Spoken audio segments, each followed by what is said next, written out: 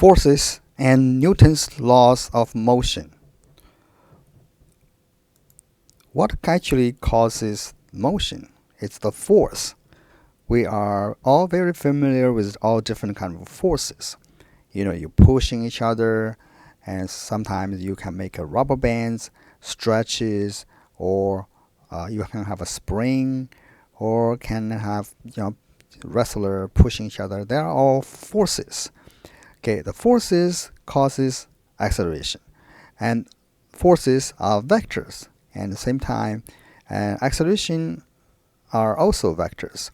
And what forces cause acceleration is that the acceleration is in the same direction of force. And this is actually represented in Newton's second law of motion. The acceleration is proportional to the force and is inversely proportional to the mass of the object. If you write in a mathematical form, force and acceleration and mass are related in this formula. Acceleration is force divided by the mass. So force is in units of newtons, mass in the units of kilograms, and the acceleration is the unit of meters per second squared. In very general form, acceleration will be equal to the force divided by the mass and also multiplied by a coefficient, which is a constant. This coefficient, the value of it will depend on the units used. But if you use the special units of force, newtons, then that constant becomes 1. Therefore, you really have this A equals F divided by M. There are actually 4 basic forces, and from their origin standpoint: gravitational force, electromagnetic force, and weak and nuclear force, and strong nuclear force. We will study gravitational force and electromagnetic force in the undergraduate physics course. In today's class, we actually also work on some of the exercise just to familiarize with the basic concept of Newton's second law and its mathematical expression, A equals F divided by M. Let's look at the first question. What is the resulting acceleration when an unbalanced force of 100 Newton is applied to a 5 kg object? And this is a direct application of this formula. And then we have acceleration, okay, and that constant is 1. Force, 100 newtons, and divided by 5 kg.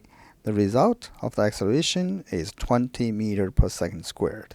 So this should be interpreted as if you imagine an object of 5 kg, like as heavy as a basketball, and 100 Newton force pushing on it.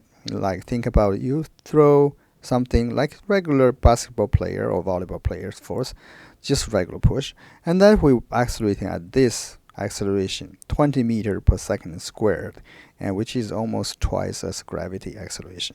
So that is what this simple formula or equation means. And also remember, for this equation to work exactly mathematically, the units of force must be newtons, and the mass used must be kilograms, and then you will get the answer in meters per second squared.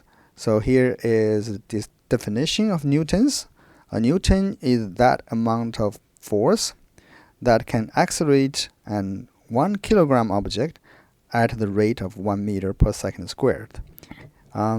Here, let's look at the second question then. So what is the resulting acceleration when 300 Newton force acted upon an object with a mass of 3,000 kilogram?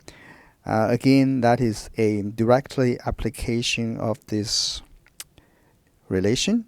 So 300 Newton divided by 3,000 kilogram, you get 0.1 meter per second squared. We will work on the next 2 questions. The question 3 and 4 is not that challenging mathematically, but it involving very important concept. just remember to come to the class, and we will walk through all these questions and hopefully get a good understanding of the concept between the weight, the mass, and acceleration and gravity. Bye bye for now.